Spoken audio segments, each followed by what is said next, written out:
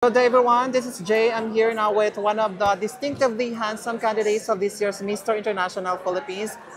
Walang iba kundi si Marlo representing Bulacan once again.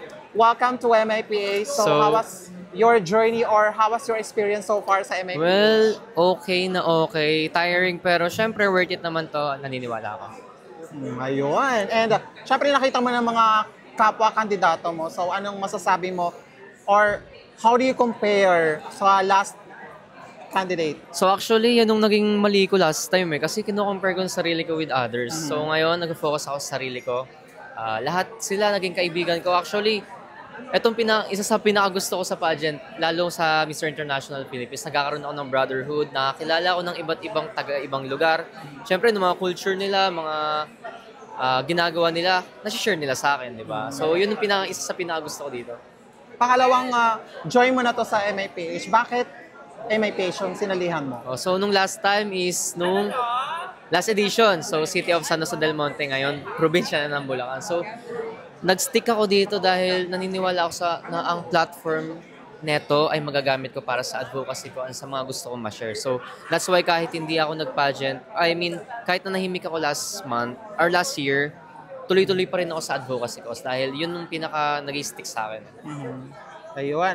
And aside from that, so this year's MIPH Yes. hashtag is extraordinary stories. So could you please tell us a synopsis about your extraordinary stories?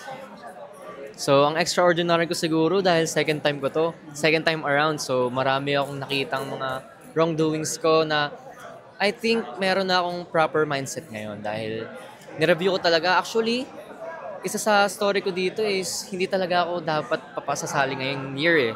Binigyan ako ng sign ng manager ko. No? What if Marlo sumali ka kaya ulit? So pinag-isipan ko yun for a month. Pinag-isipan ko siya dahil parang natatakot ako sa naramdaman ko last time. Kung nakita nyo naman, hindi ko talaga napigilan kahit nasa stage umiyak ako. So yun siguro no story and kakaiba for me dahil second time around, actually, i-share ko lang, hindi ako naiilang sa mga co-candidates ko, hindi ako naiilang sa mga tao, sa mga press. Naiilang ako kanina dahil sa mga kalaban ko last year. Sa kanila ako naiilang dahil kahilera ko lang sila last year. Ngayon mga nanonood na sa akin. So doon ako naiilang.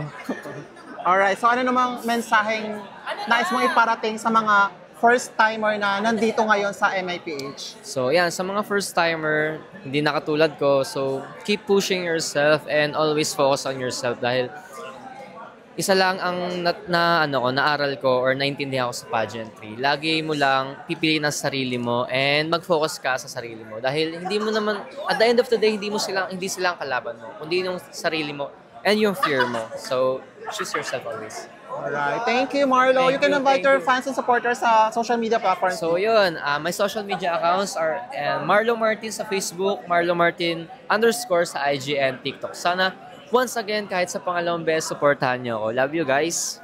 Thank you, Marlo. Best Thank you so much po, ma.